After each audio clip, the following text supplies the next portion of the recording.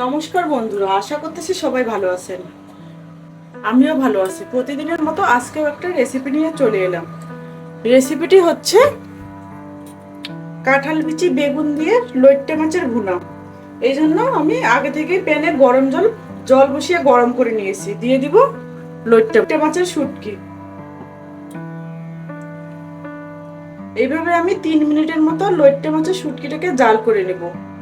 এতে মাছের শুটকির ভিতরে যে ময়লা আছে সব বের হয়ে আসবে। আমার রেসিপিগুলো যদি আপনাদের ভালো লেগে থাকে কমেন্ট করে জানাবেন।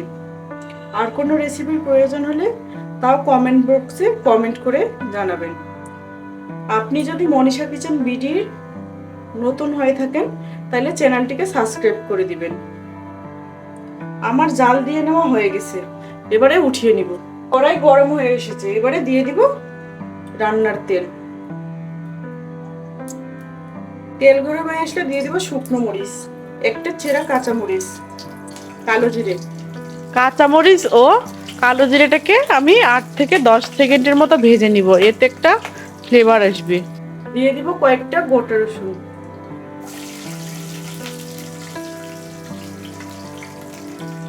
পেঁয়াজ কুচি,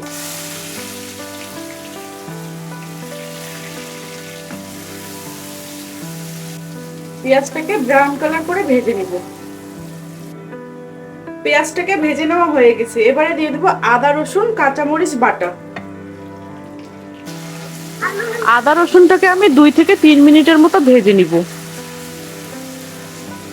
আদা রসুনটাকে একটু ভেজে নেওয়া হয়ে গেছে, এবারে দিয়ে দিব লইট্টে মাছের শুটকি। 2 মিনিটের মতো ভেজে নিব।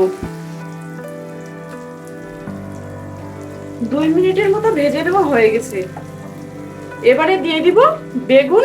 বেগুনটা আমি এরকম করে কেটে দিয়েছি, আর কাঁঠাল বিচি।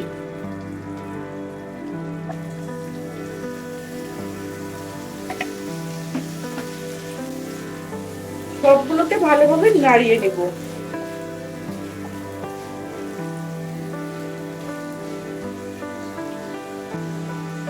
লবণ হাফ চা চামচ, হলুদ গুঁড়ো হাফ চা চামচ, এখানে চিলি পাউডার দিয়ে দিব হাফ চা চামচ। এখানে এই রান্নায় ঝালটা একটু বেশি দিলেই ভালো লাগে। হাফ চামচ গরম মশলা গুঁড়ো, হাফ চামচ জিরে গুঁড়ো। এবারে ভালোভাবে মশলাগুলোকে ভালোভাবে নেড়ে দিব, যেন সব বেগুন কাঁঠালের বিচিটায় ভালোভাবে মশলাগুলো লেগে যায়।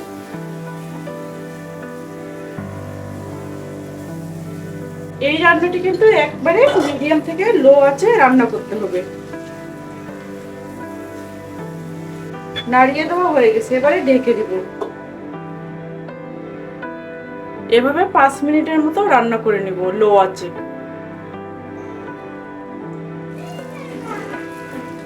5 মিনিট পর আবারও ফিরে আসলাম।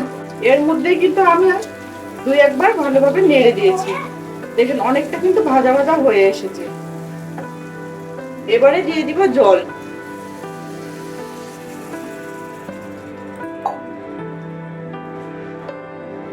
যেন কাঁঠাল বিচিটা ভালোভাবে সেদ্ধ হয়।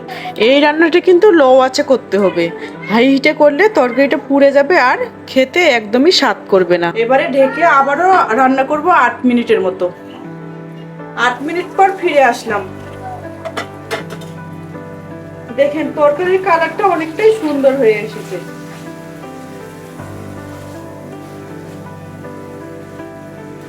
এবারে একটু ঘন ঘন নেড়ে দিতে হবে। গ্যাসটা একবারে লোয়ে রাখতে হবে। যারা লইট্টা মাছের শুটকি খেতে একদমই পছন্দ করে না তাদেরকে এইভাবে রান্না করে দিলে তারা এক নিমিষে 1 থাল ভাত চেটেপুটে খেয়ে নেবে। রেসিপিটি যদি ভালো লেগে থাকে একটা লাইক করবেন, চ্যানেলটিকে সাবস্ক্রাইব করে পাশেই থাকবেন।